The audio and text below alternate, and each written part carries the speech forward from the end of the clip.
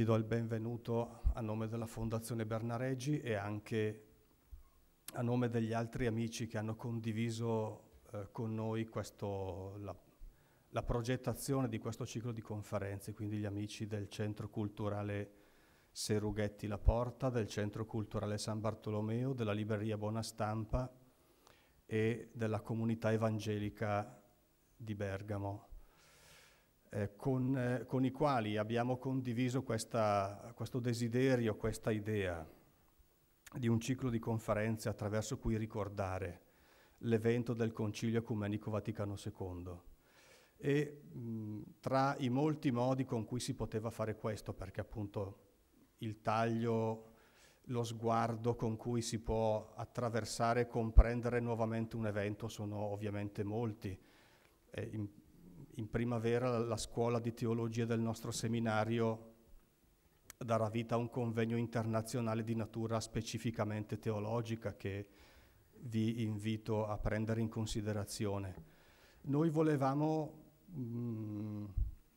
attraversare l'evento conciliare con un altro tipo di sguardo, che era quello legato ai temi che il Concilio ha cercato di comprendere, soprattutto in relazione, diciamo così, alle grandi tematiche antropologiche e culturali, e soprattutto l'atteggiamento che lo sguardo del Concilio ha forse per la prima volta introdotto in questo genere di comprensione delle cose della cultura, della storia, del mondo, e che a noi sembra, diciamo così, la parte ancora attuale di quello che è stato l'evento conciliare, cioè il suo modo di guardare la storia, il suo modo di leggere la cultura, il suo modo di stare vicino appunto al mondo. E quindi vedrete che prenderemo in esame soprattutto tre grandi questioni che ci sembrano essere state al centro, come dire, dello sguardo conciliare sul mondo. Il tema della laicità, il tema della speranza, il tema dell'umanesimo, appunto, che si confronta oggi con i progressi della scienza e della tecnica. E prima però di rinnovare questo sguardo conciliare su questi temi che nel frattempo appunto hanno cambiato molto il loro contesto di comprensione, perché sono passati tanti anni. E quindi appunto il nostro sforzo sarà quello di reinterrogarci su queste grandi questioni su cui si era interrogato il Concilio con lo stesso atteggiamento, naturalmente, tenendo conto che nel frattempo sono cambiate molte cose. Prima però volevamo, ci serviva un'introduzione cordiale all'evento del Concilio e quindi abbiamo chiamato il professor Gilles Routhier, che è felice di essere qui anche perché voleva vedere Bergamo sotto il monte e ravvivare appunto anche la sua amicizia cordiale nei confronti di Papa Giovanni, che è all'origine anche dell'evento conciliare. Gilles Routhier insegna ecclesiologia e teologia pastorale all'Università di Laval a Quebec City in Canada. È autore, diciamo così, di molti saggi che trattano precisamente questa materia, la recezione del Concilio Vaticano II. Assieme a Theobald e a O'Malley penso che sia uno degli interpreti più fecondi in questi anni su questo tema. Non mi dilungo di più, lo ringrazio di essere qui e gli cedo immediatamente la parola. Grazie. Sono veramente contento di essere a Bergamo, che è un luogo veramente rilevante per il Concilio con Papa Giovanni XXIII. E purtroppo stasera faccio la mia relazione in francese, probabilmente per il mio amore della lingua italiana, per rispettarla piuttosto che di mal parlare in italiano. Ce n'est qu'à travers sa réception qu'un concile devient autre chose qu'un enseignement. Un concile qui n'est pas reçu, cela demeure un texte, pour ne pas dire une lettre morte. Un concile qui n'est pas reçu est un concile qui demeure sans effet. Souvent, cette idée est reprise et on convient généralement que la réception d'un concile, même si elle ne crée pas la vérité, lui confère cependant toute son efficacité. Les effets d'un concile s'observent au final pour voir si un concile a de l'effet, et on peut se demander cela à propos du Concile Vatican II, s'observe dans les pratiques, beaucoup plus que dans les discours. Et à la limite, on peut l'observer aussi dans les législations. L'efficacité d'un concile se joue dans son application. C'est alors que le concile n'est plus simplement un savoir enfermé dans les livres, mais une vivante inspiration pour tout le corps de l'Église, acquérant alors une véritable autorité. C'est lors de la réception d'un concile que son enseignement prend chair dans la vie de l'Église et que son enseignement s'actualise à travers les pratiques.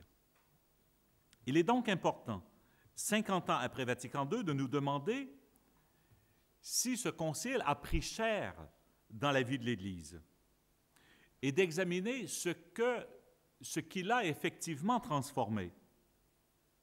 Transformé à propos de nos attitudes, bien sûr de nos discours et de nos théologies, mais surtout de nos pratiques, de nos institutions et de notre mentalité.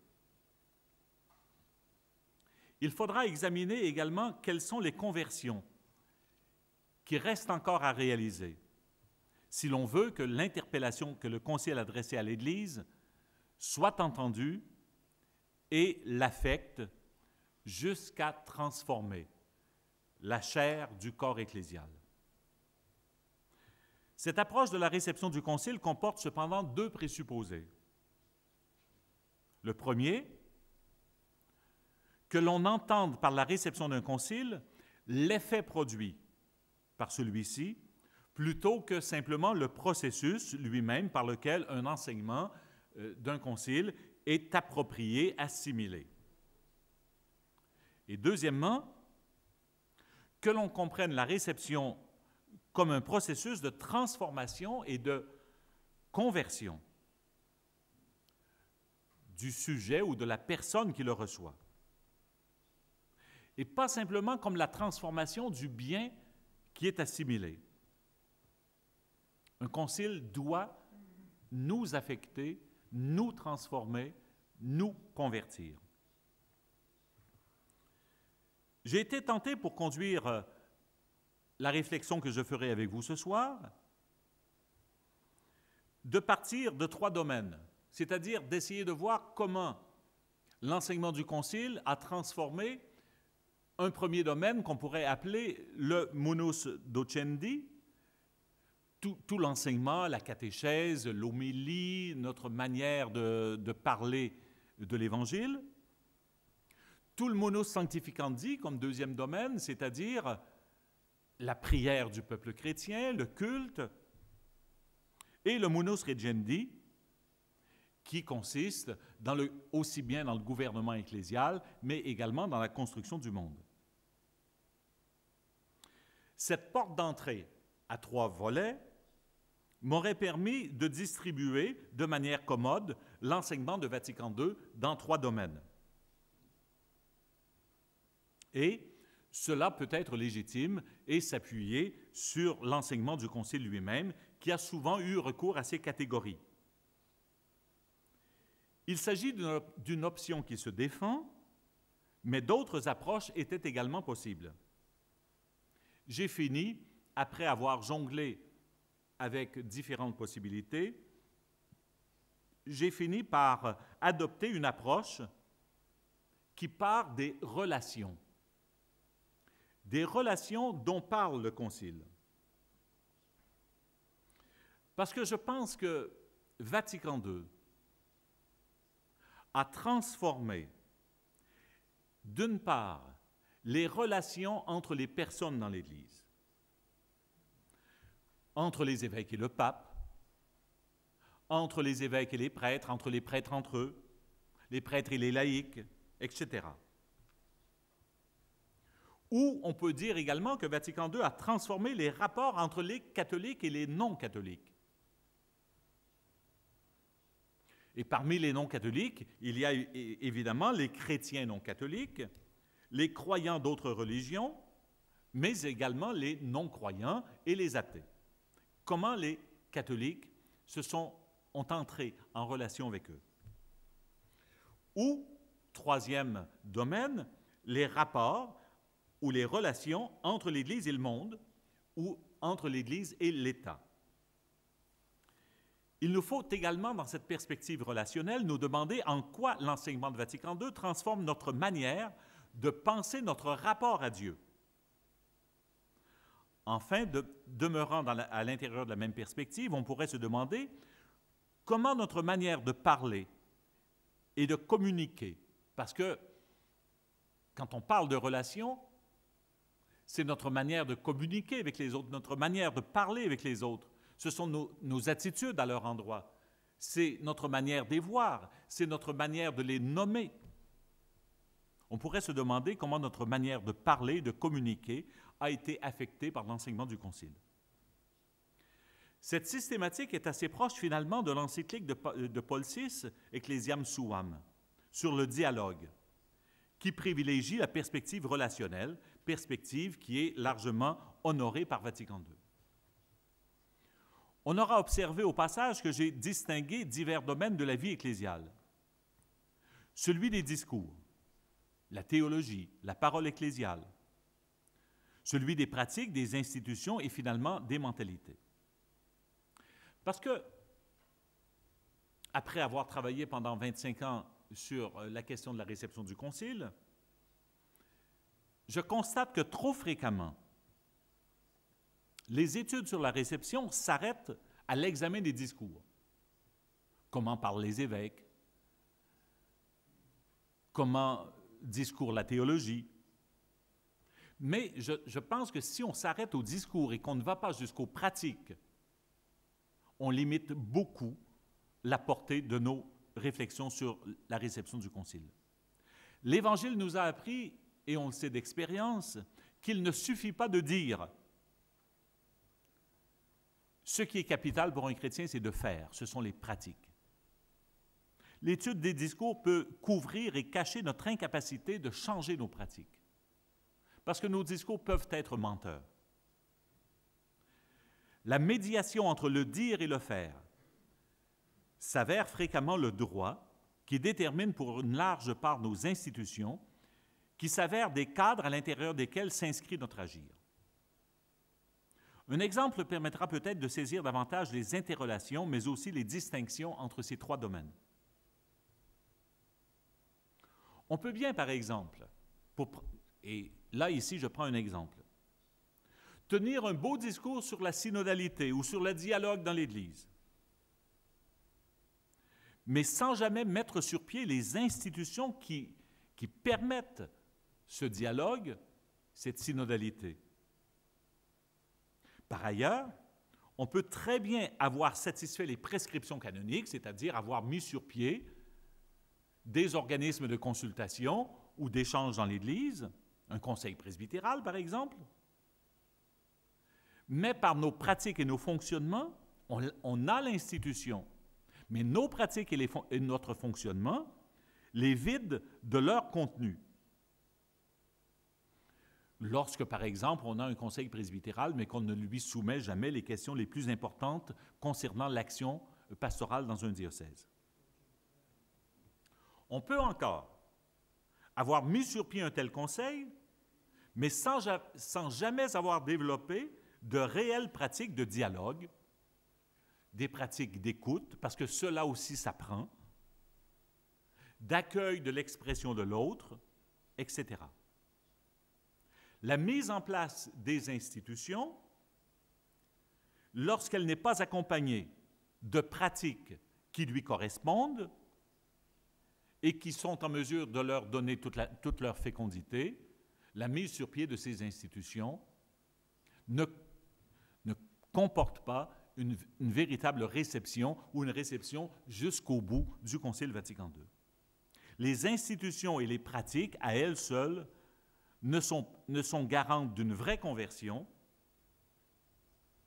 que si elles s'expriment également par des attitudes d'écoute, de respect des divers points de vue, d'accueil du point de vue de l'autre, etc.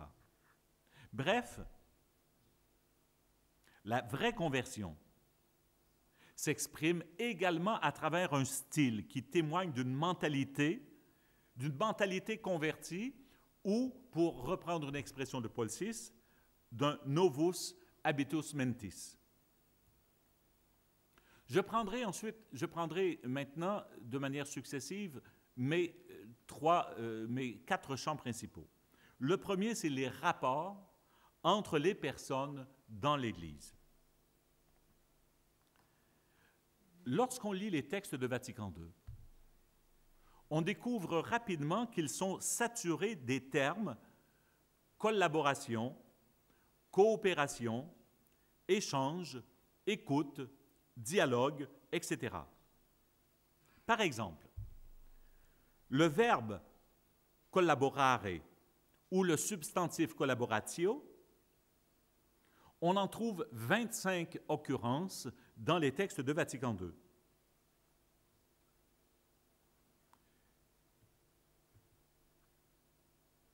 C'est bien ça.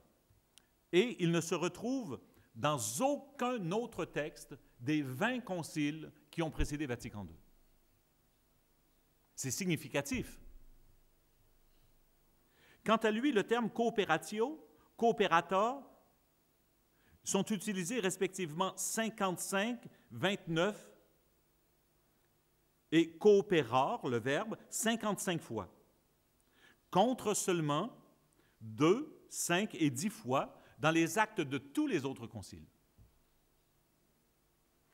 Vous voyez, c'est 110, 139 fois contre 17 fois dans les 20 conciles précédents. Il y a là une originalité, une particularité de Vatican II. Et je pourrais continuer comme ça la démonstration, avec le mot dialogare, dialogus, etc. Certes, ces termes ne sont pas toujours utilisés pour décrire les relations des fidèles du Christ entre eux, mais ils le sont fréquemment dans le cadre des enseignements du Concile dans ce domaine. Ainsi, pour me limiter à Presbyterorum Ordinis, les prêtres sont présentés comme les coopérateurs des évêques. On trouve ça d'abord dans Lumen Gentium 28, avant d'être repris dans Christus Dominus 27, 28, 29, 30, 34, et 6 occurrences,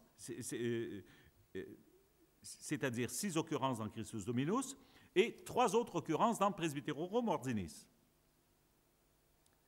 Là où on trouvait, par exemple dans les actes du Concile de Trente, des rapports d'inégalité et de subordination entre le prêtre et les évêques, on trouve plus fréquemment dans les textes de Vatican II des rapports plus horizontaux. On retrouverait le même vocabulaire lorsqu'il s'agit de traiter des rapports entre les laïcs et les prêtres, ou entre les religieux et les autres membres de l'Église. De plus, une étude plus fine et plus poussée montrerait que ces termes forment un champ sémantique et que la présence d'un de ces termes appelle la présence des autres.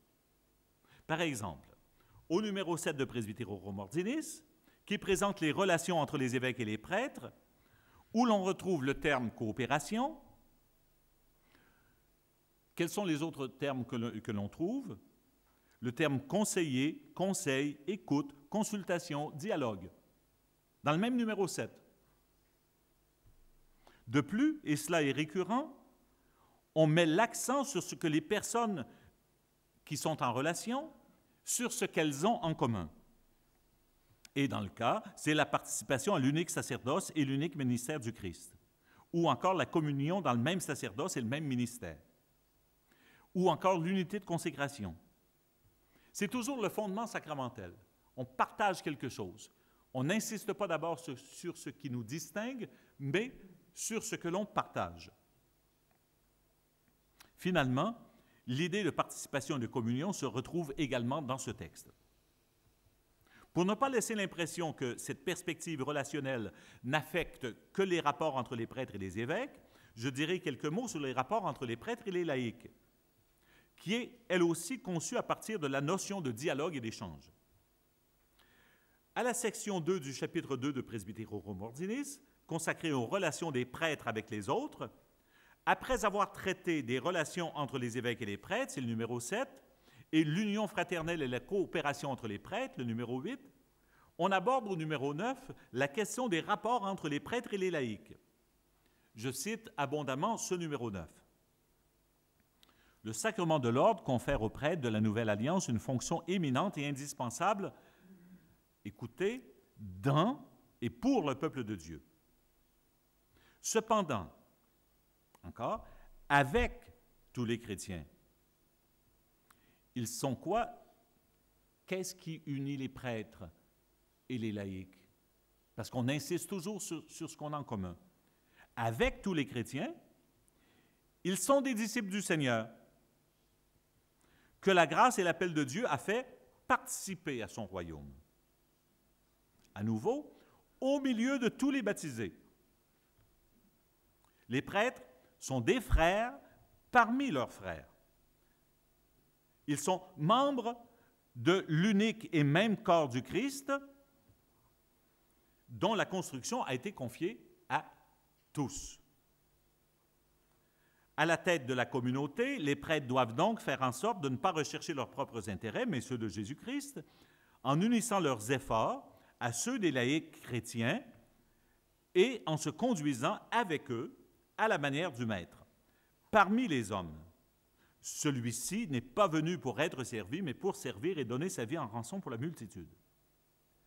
Les prêtres ont à reconnaître sincèrement et à faire progresser la dignité des laïcs et leur rôle propre dans la mission de l'Église. Ils doivent respecter loyalement la juste liberté à laquelle tous ont droit dans la cité terrestre.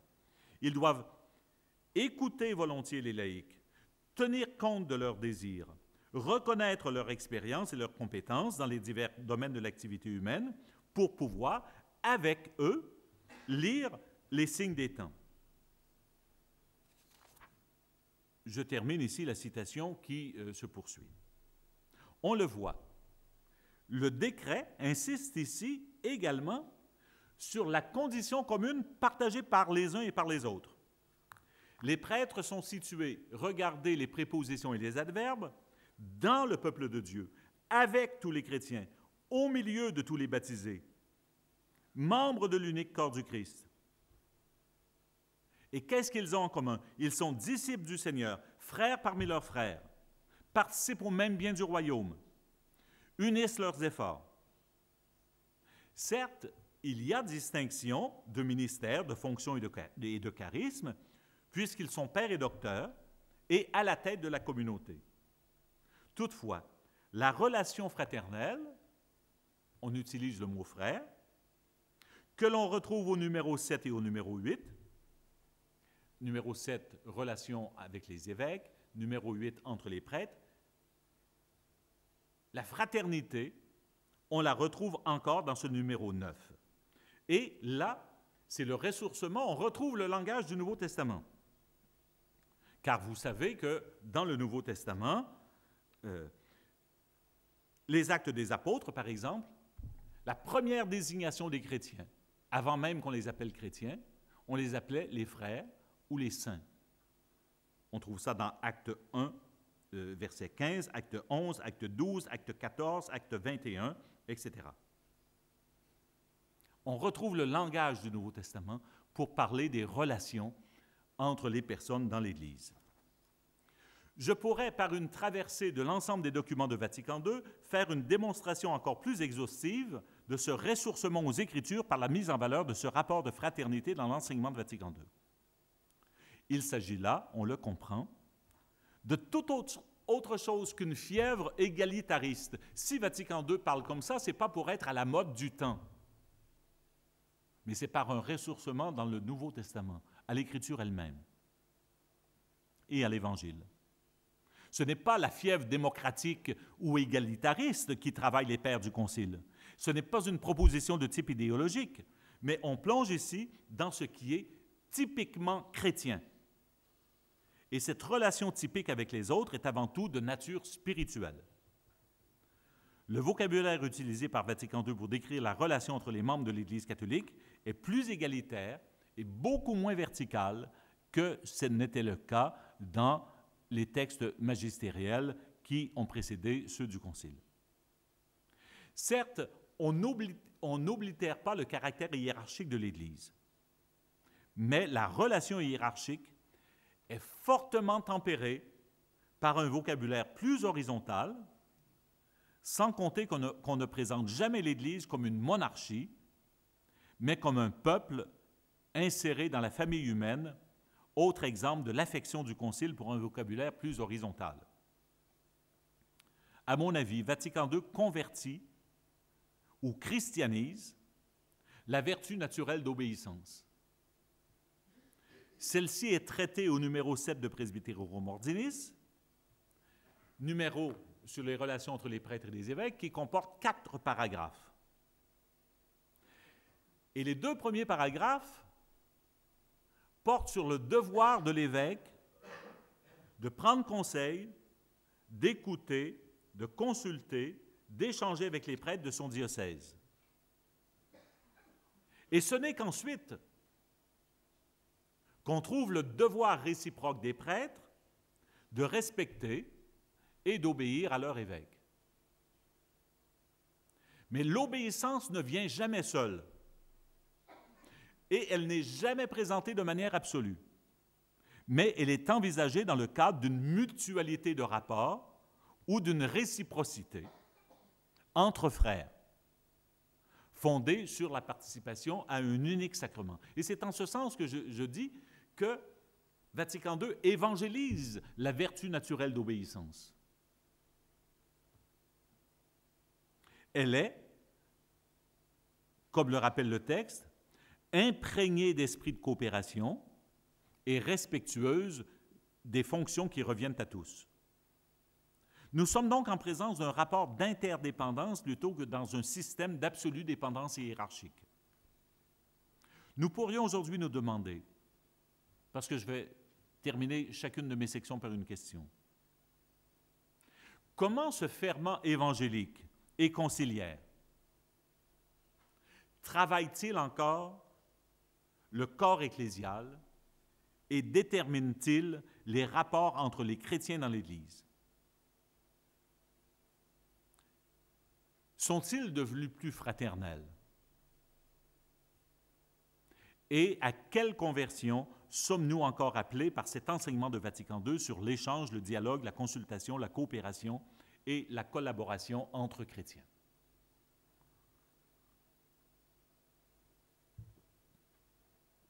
Mon deuxième point, les rapports entre catholiques et non-catholiques. Vatican II a innové également au chapitre des relations entre les catholiques et les non-catholiques. Et j'ai énuméré tout à l'heure les non-catholiques étant aussi bien les chrétiens non-catholiques, les non-chrétiens que les non-croyants. Ce fait du renouveau des rapports entre catholiques et non-catholiques a été relevé par le pape Jean-Paul II et Benoît XVI, qui, réfléchissant aux acquis de Vatican II, ont tous les deux insisté sur ce fait. Dans sa lettre apostolique Tertio Millennio Adveniente, dans laquelle Jean-Paul II revient de manière approfondie sur Vatican II, le pape énumère les grands acquis du Concile. Parmi ceux-ci, après en avoir énuméré quelques-uns, et parmi celles-là, la plus grande attention à la parole de Dieu, la réforme de la liturgie, la promotion des diverses vocations chrétiennes, la redécouverte de la collégialité épiscopale, le pape signale comme grand acquis du concile l'ouverture aux chrétiens des autres confessions et aux membres des autres religions et à tous les hommes de notre temps. Pour sa part, dans son adresse remarquée à la Curie romaine du 22 décembre 2005, Benoît XVI ramène à 3 grandes questions le programme du Concile. Je cite Benoît XVI. On peut dire que s'étaient formés 3 cercles de questions qui, à l'heure du Concile Vatican II, attendaient une réponse.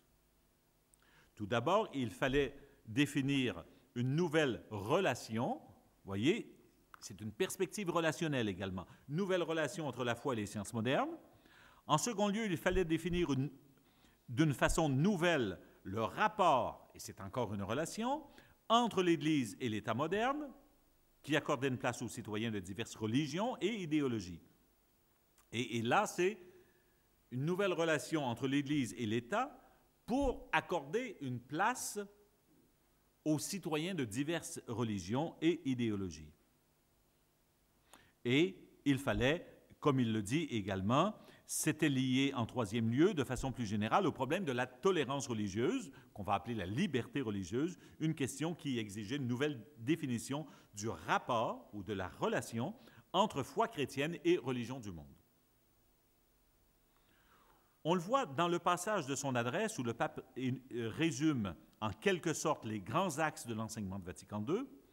Tout tourne autour de la définition de nouveaux rapports entre l'Église et ses vis-à-vis. Dans le cas qui nous intéresse, il s'agit de nouveaux rapports entre l'Église et les non-catholiques. Ces nouveaux rapports s'expriment notamment au plan du vocabulaire utilisé pour parler des autres et pour décrire les relations que l'on entretient avec eux. C'est ainsi que l'on a appris à Vatican II à regarder et à désigner les autres autrement. D'abord, Vatican II nous a conduits jusque dans la liturgie, c'est là une pratique, à appeler les chrétiens non catholiques des frères, frères séparés, ceux qui autrefois on désignait comme hérétiques ou schismatiques. Voilà qu'on a changé de nom. Et à considérer comme des croyants d'autres religions, à considérer comme des croyants ceux que l'on désignait auparavant comme des païens, des impies, des mécréants ou le peuple déicide. Comme changement de nom, on ne peut pas demander mieux. Et à voir dans les autres des hommes de bonne volonté, dans ces personnes qui, bien que n'adhérant pas ni au catholicisme ni au christianisme, recherchent aussi le bien commun et la réussite du monde. Fidèle à l'adage de Prosper d'Aquitaine, lex orandi, lex credendi, la liturgie réformée, fidèle à l'enseignement du Concile Vatican II, témoigne de cette nouvelle manière pour nous de nous rapporter aux autres. Je me contenterai ici de quelques exemples. Par exemple, dans la liturgie qui est encore pratiquée sous l'étiquette de forme extraordinaire du rite romain, on prie ainsi le vendredi saint. Prions aussi pour les hérétiques et les schismatiques, afin que Dieu, notre Seigneur, les arrache à toutes leurs erreurs et qu'il daigne les ramener au sein de notre Sainte Mère, l'Église catholique et apostolique. Dieu Tout-Puissant et Éternel, qui sauvait tous les hommes et ne voulait pas qu'aucun ne périsse, jetez un regard sur ces âmes séduites par les ruses du démon, faites qu'elles renoncent à la perversité de l'hérésie, que leurs cœurs égarés se repentent et retournent à l'unité de votre vérité. Maintenant, nous prions ainsi. Prions pour tous nos frères qui croient en Jésus-Christ et s'efforcent de conformer leur vie à la vérité. Demandons au Seigneur notre Dieu de les rassembler et de les garder dans l'unité de son Église. Dieu éternel et tout-puissant, toi qui rassembles ce qui est dispersé et qui fais l'unité de ce que tu rassembles, regarde avec amour l'Église de ton Fils. Nous te prions d'unir dans la totalité de la foi et par le lien de la charité tous les hommes qu'un seul baptême a consacrés. La prière du missel de 62 porte un regard dépréciatif sur les autres chrétiens. Rien dans cette prière qui ne fasse allusion à la communion, bien qu'imparfaite, conservée avec les frères chrétiens. Nous retrouvons à nouveau le langage de la fraternité dans la prière renouvelée. Rien non plus dans la prière du missel de 62 et antérieure sur les biens spirituels conservés en dehors des limites visibles de l'Église catholique. La parole de Dieu, la vie de la grâce, la foi, l'espérance et la charité, d'autres dons intérieurs du Saint-Esprit et d'autres éléments visibles comme l'enseigne le Concile. Alors qu'on insistait jadis sur ce qui séparait et sur ce qui opposait, on insiste désormais sur ce que l'on a en commun, sur ce qui nous unit. La foi au Christ, l'unique baptême, et le mot « rassemble » et « uni » revient à 5 reprises. Là encore, l'unité a un fondement sacramentel, le baptême. Ici encore, le lexique de Vatican II se distingue de celui que l'on retrouve dans les actes des autres conciles. Et la différence n'est pas que sémantique. Ici encore, on retrouve les termes caractéristiques que l'on a rencontrés plus haut. Celui de dialogue. Je ne vous donnerai pas toutes les occurrences, mais je les ai sortis dans mon texte.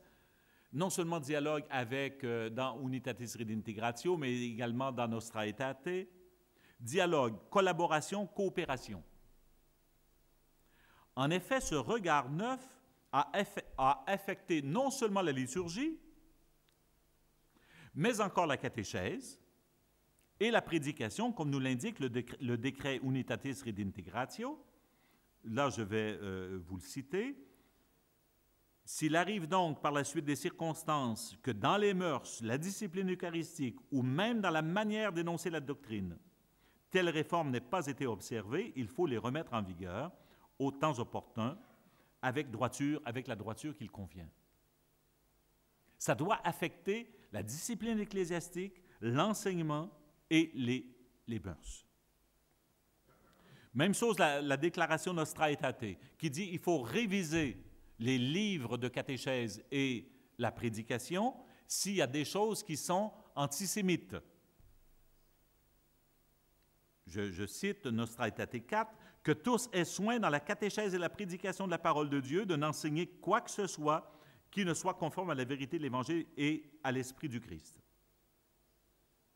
Elle affecte également ce changement de manière de regarder les autres, la vie de l'Église tout entière, en raison du travail en commun, les entreprises multiples et les collaborations dans divers domaines entre catholiques et non-catholiques. Alors qu'on avait jusque-là privilégié surtout un développement parallèle, sinon en apartheid.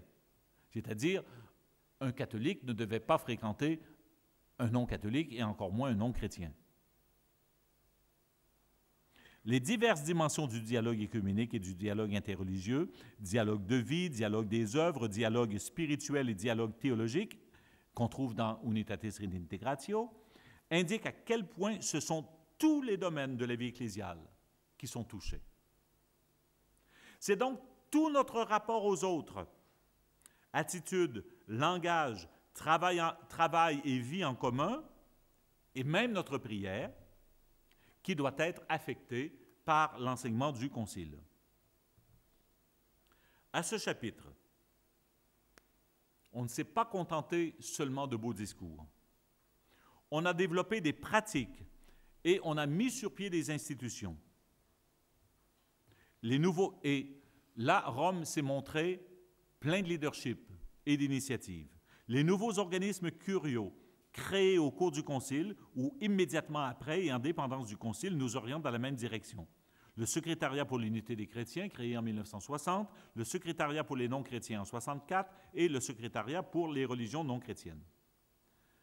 De plus, les pratiques évangélisatrices et missionnaires ou la manière d'entrer en relation avec les non-chrétiens ont beaucoup évolué au cours des décennies qui ont suivi le Concile.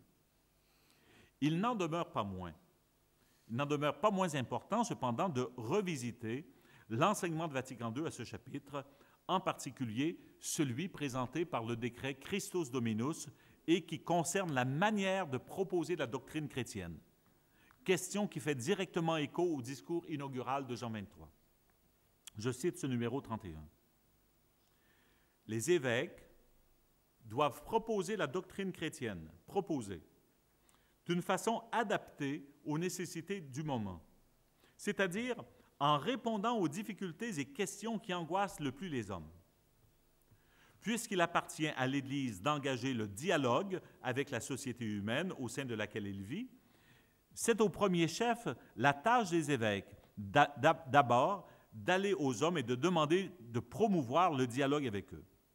Ce dialogue de salut, c'est la troisième fois qu'on utilise le terme dialogue en 5 lignes, ce dialogue de salut, si l'on veut qu'il soit toujours uni, la vérité et la charité, l'intelligence et l'amour, il faut qu'il se distingue par la clarté du langage, en même temps que par l'humilité et la bonté, par une prudence convenable, alliée pourtant à la confiance. Celle-ci favorisant l'amitié, unit naturellement les esprits. J'allais demander, pour clore ce deuxième point, comment, 50 ans après Vatican II, regardons-nous les autres? Avons-nous converti notre regard? Comment les désignons-nous? Comment les appelons-nous? Avons-nous converti notre langage? Comment en parlons-nous? Comment collaborons-nous avec eux? Comment dialoguons-nous avec eux? Si Vatican II a voulu convertir nos relations avec les autres, qu'en est-il aujourd'hui? Mon troisième point, les rapports de l'Église avec le monde et avec l'État. On l'a vu plus haut. Pour Benoît XVI, le Concile Vatican II a été appelé à définir de nouveaux rapports entre l'Église et la science moderne et l'État moderne. De manière plus globale, le pape indiquait, je le cite à nouveau, que le Concile devait définir de façon nouvelle le rapport entre l'Église et l'époque moderne.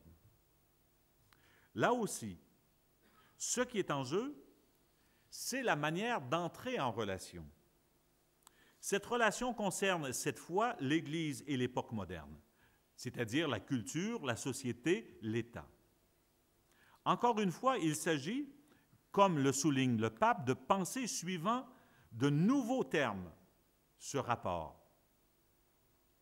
Pour prendre la mesure de cette nouveauté, il vaut la peine avec Benoît XVI de revenir sur le rapport qui s'était développé au cours des années précédant le Concile entre l'Église et l'époque moderne. Je cite un peu longuement Benoît XVI, qui caractérise ce rapport entre l'Église et le monde moderne dans la période préconciliaire de la manière suivante. Ce rapport avait déjà connu un début très problématique avec le procès fait à Galilée. Il s'était ensuite totalement rompu lorsque Kant définit la religion dans les limites de la raison pure et lorsque, dans la phase radicale de la Révolution française, se répandit une image de l'État et de l'homme qui ne voulait pratiquement plus accorder aucun espace à l'Église et à la foi. L'opposition de la foi de l'Église avec un libéralisme radical, ainsi qu'avec les sciences naturelles qui prétendaient embrasser à travers leur connaissance toute la réalité jusque dans ses limites, dans l'intention bien déterminée de rendre superflue l'hypothèse de Dieu, avait provoqué de la part de l'Église, au XIXe siècle sous Pie IX, les condamnations sévères et radicales de cet esprit de l'époque moderne. Apparemment, il n'existait donc plus aucun espace possible pour une entente positive et fructueuse, et les refus de part et d'autre de la part de ceux qui se sentaient les représentants de l'époque moderne étaient également énergiques. Plus d'espace de contact, condamnation, refus. Voilà les termes de Benoît XVI pour caractériser ces rapports.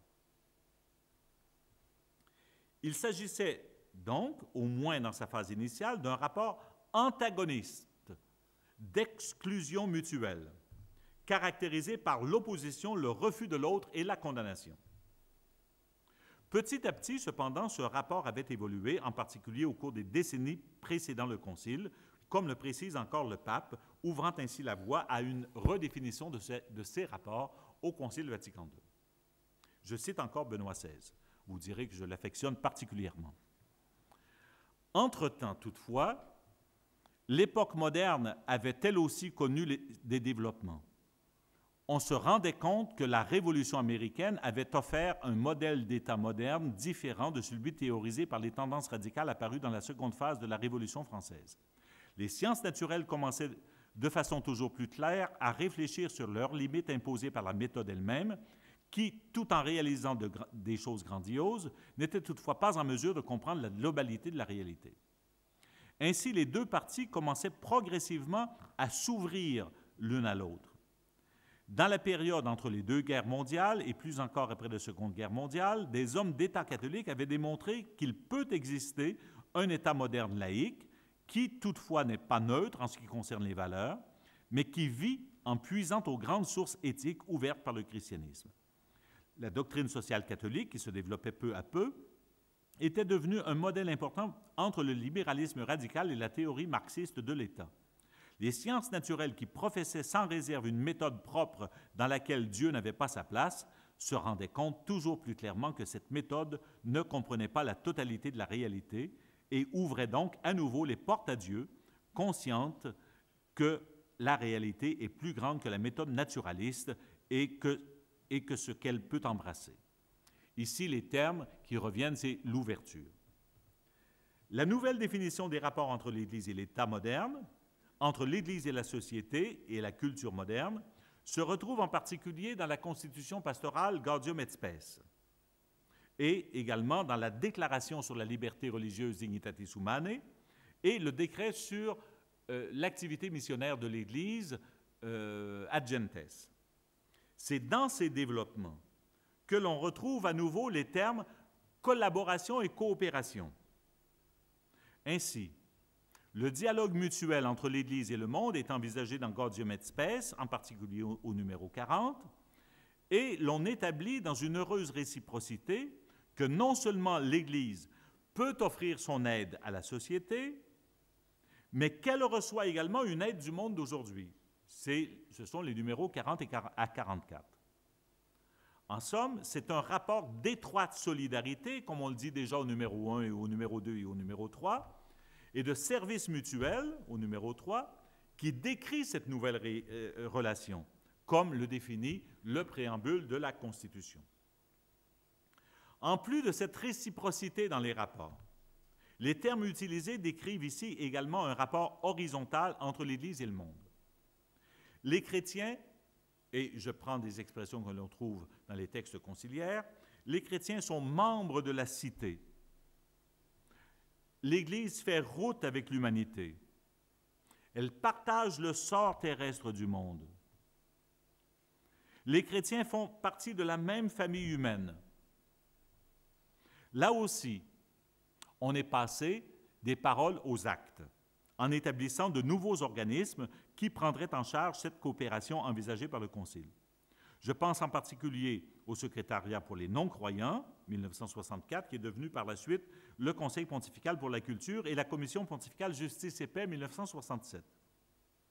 La création de ces nouveaux organismes révèle l'orientation qui se dégage de l'enseignement du Concile, qui s'intéressait à repenser la présence et l'action de l'Église catholique dans un monde qui changeait, ou qui, en raison de la dilatation des frontières du monde et du pluralisme convictionnel et religieux qui le marquait de plus en plus, ne pouvait plus se penser en termes de cité catholique ou de chrétienté. Toutefois, la création de nouveaux organismes, si essentielle que puisse être cette mesure, n'est pas en elle seule suffisante. Comme je l'indiquais plus haut, il faut nouer ensemble attitudes, pratiques, institutions et mentalités. De nouvelles pratiques et des mentalités renouvelées s'acquièrent notamment par la formation. À ce chapitre, le Concile comporte deux indications. La première se trouve dans les numéros 15 et 19 du décret Optatan Totius sur la formation des prêtres, où on dit qu'on doit former les prêtres au dialogue.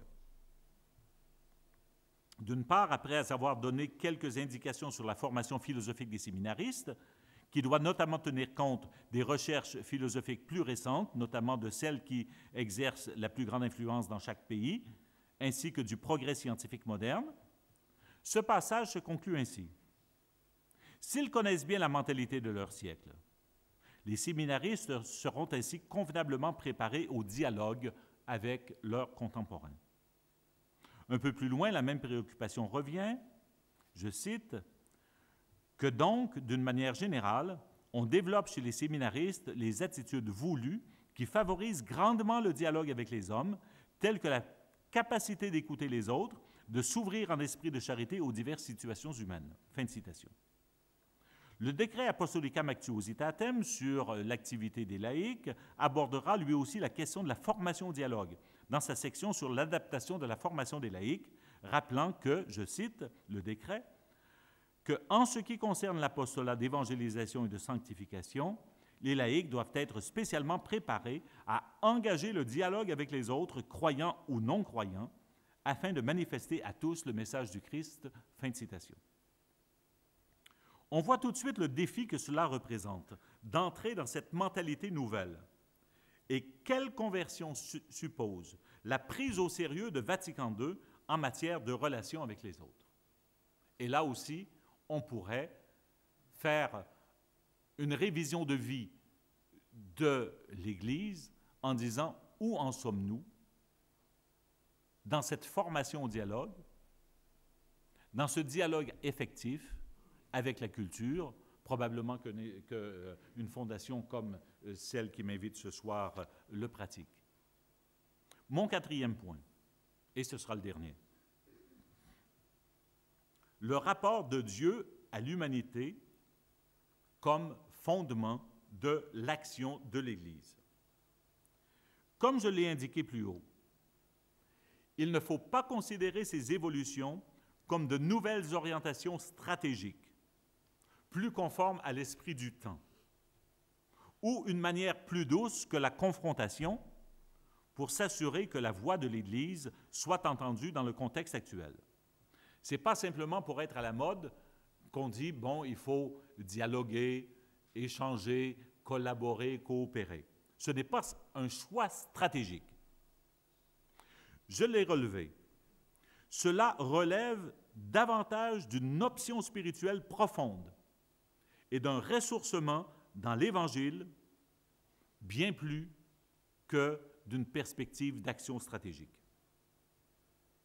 Le rapport dialogal entre les personnes dans l'Église, entre l'Église et les non-chrétiens, prend pour modèle la relation même qui s'instaure entre Dieu et l'humanité.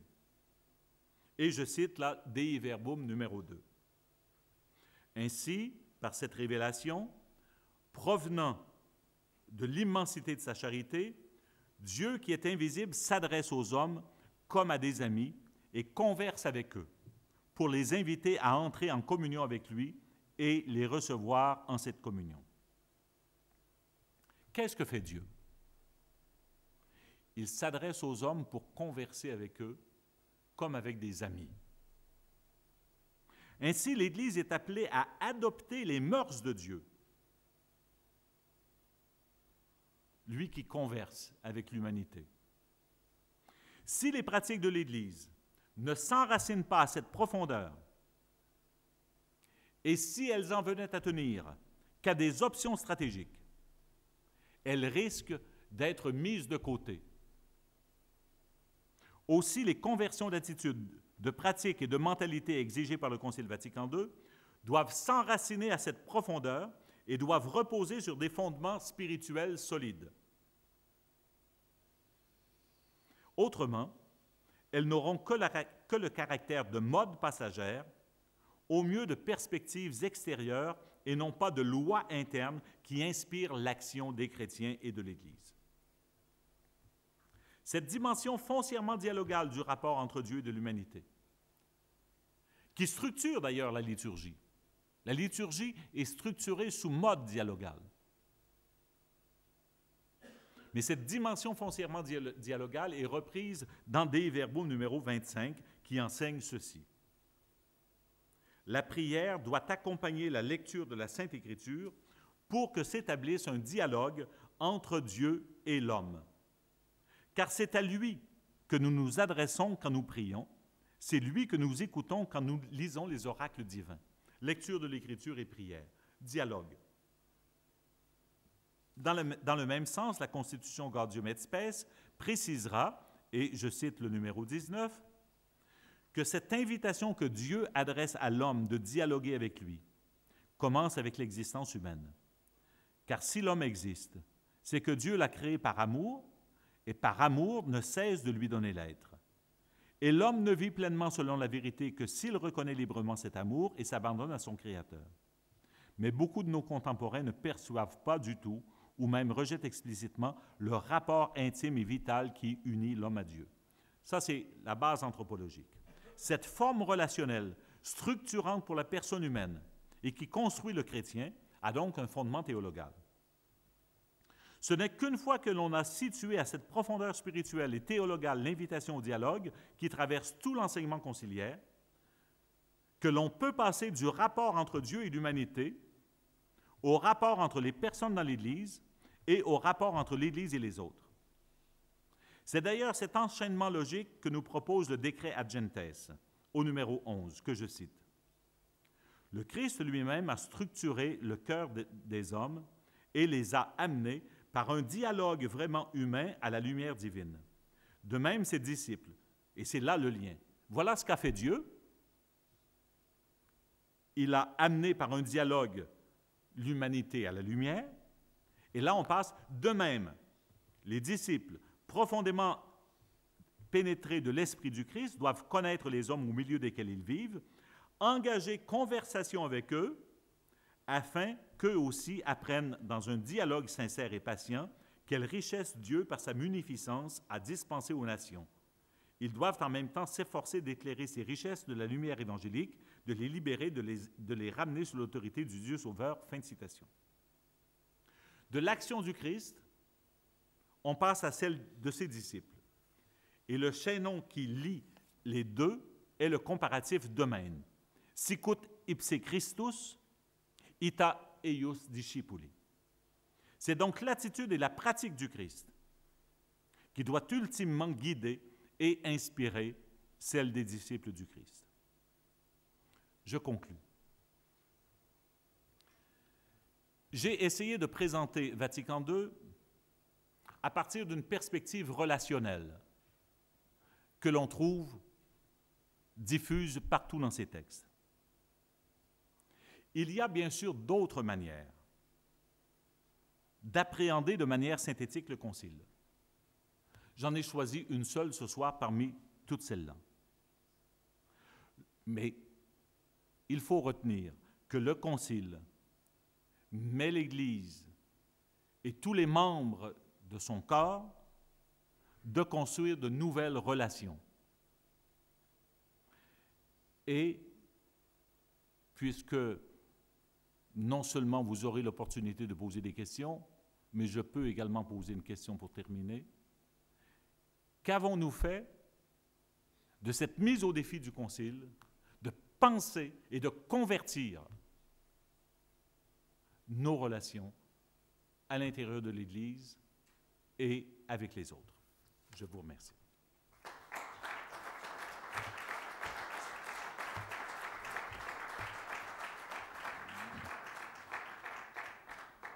Possiamo aprire lo spazio per chi desidera porgere delle domande.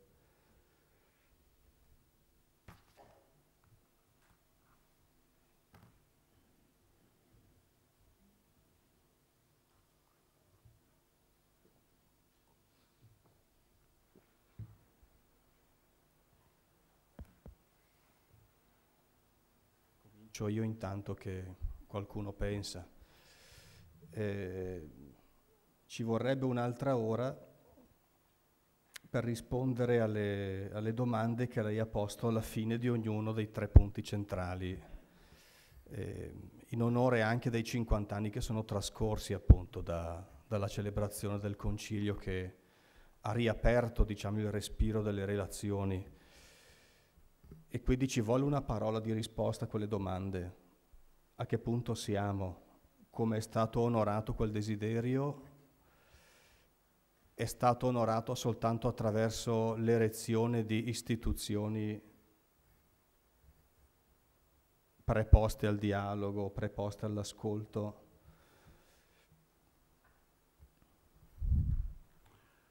A qual punto siamo?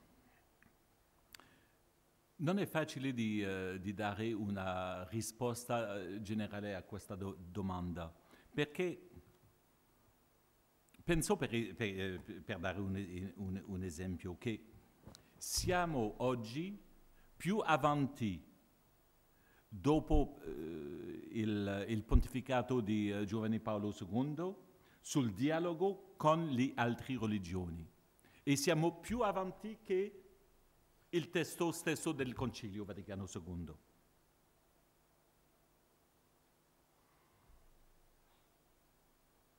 Sul piano del dialogo tra i cattolici, tra vescovi e il Papa, tra i vescovi, i preti, eccetera, eccetera, abbiamo fatto passi avanti, ma c'è ancora molte da fare. E, come ho detto, non è sufficiente di avere le istituzioni, per esempio i vari concili, o di aver fatto un sinodo diocesano, o di avere a Roma il sinodo dei vescovi.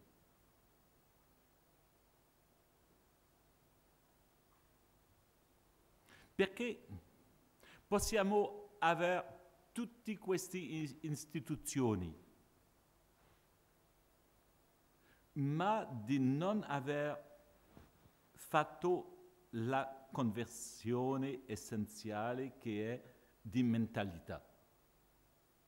E quella è difficile a ottenere, perché è un atteggiamento, attitudine e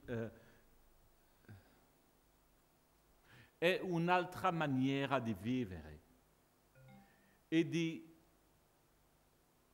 rapportarsi agli altri, ma anche di come concepire il mio ruolo come parroco, come vescovo, eccetera, eccetera. E la maniera, perché al Concilio Vaticano II c'era non soltanto i lavori ufficiali, ma c'erano gruppi di riflessioni, gruppi paraconciliari. E uno era, si chiamava i vescovi del Vaticano II. E all'inizio, perché alcuni padri conciliari hanno pensato che dopo il Tridentino emergeva una nuova figura di vescovo, per esempio Carlo Borromeo. E loro dicevano che dopo il Vaticano II deve emergere una nuova figura di vescovo. E loro hanno fatto riflessione su, ma come governare la diocesi nello spirito del Concilio Vaticano II? E non soltanto di avere un consiglio, ma di convertire il suo atteggiamento verso gli altri. E sul piano del dialogo ecumenico c'è un dialogo e possiamo vedere che non siamo più nella situazione prima del concilio. Abbiamo fatto passi avanti, ma sulla collaborazione,